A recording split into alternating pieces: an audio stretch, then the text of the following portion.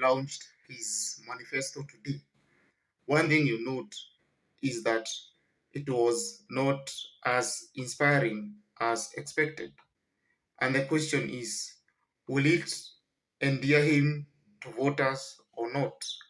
Will people come out in their thousands or in their millions to vote for Raila Odinga on the strength of his manifesto?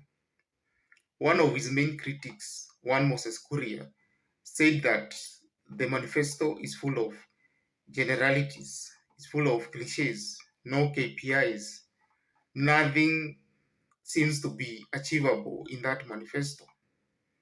Well, the manifesto was based on three main things: one, economic recovery; two, social transformation; three, good governance.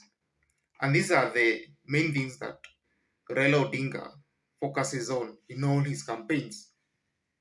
But when he started to speak, the first thing you hear him saying is that he will end Mitumbas.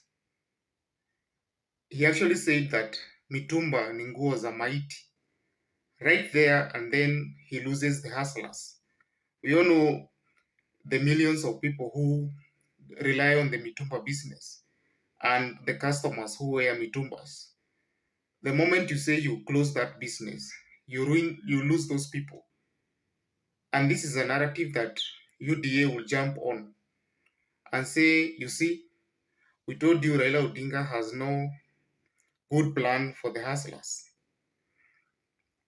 Then he never talked about things like improving the general welfare of the people. We saw William Ruto saying that they're interested in employment or economic empowerment. Raila on social transformation is talking about having free primary, secondary, and tertiary education. Well, on the part of William Ruto, they are saying that watu wamesoma, we all have degrees. What we need is work. And so education is not attractive right now. What people want are jobs. So there he also loses the hustlers. The third issue, he did not promise issues of housing. We know it is a major problem in urban areas. This is an issue that William Ruto is exploiting. He even promised that he want to create an arrangement where tenants will be becoming owners of the houses they are renting within 15 years. And any tenants hearing that, especially tenants who pay rent of between 8,000 to 10,000, those are the majority of the tenants, and they are the core voters for any serious presidential candidate. So Raila Odinga also loses that. Now, the strength of the manifesto seems probably on the part of economic transformation. When then they brought Mitumba, it killed all our textile industries. Our people are only wearing clothes coming from outside the country. They have been worn by people who are dead.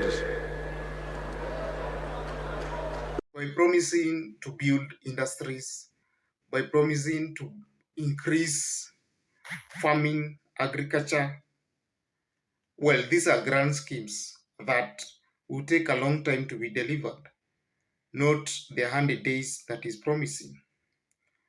We have seen Uhuru Raila Odinga promising Babakia that he will be giving 6,000 to anyone who is unable to cater for themselves, a form of welfare. But on the part of William Ruto, is saying that we are giving 100 billion to Mama Mboga. We are giving money to the elderly. And this is more realistic than Babacare. So there he also loses. In general, you find that the manifesto lacked that punch. There was nothing aspirational to look for. The generalities were so many. And we could see even Raila Odinga seems out of his depth when speaking. He seems bored. It's like a manifesto he had read for several times. The only people who seemed inspired are Martha Karua and Kalonzo Musyoka.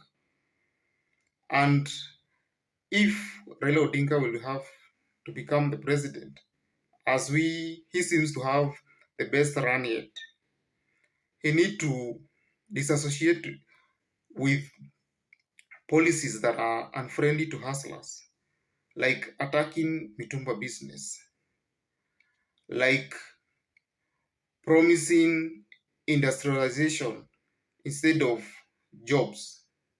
He needs to go into promising cheap and affordable housing for the urban dwellers. And of course, improve the general welfare of the youth. That way, he will counter the hustler narrative, which seems to be selling for the moment. That is all. Kindly like and subscribe this channel.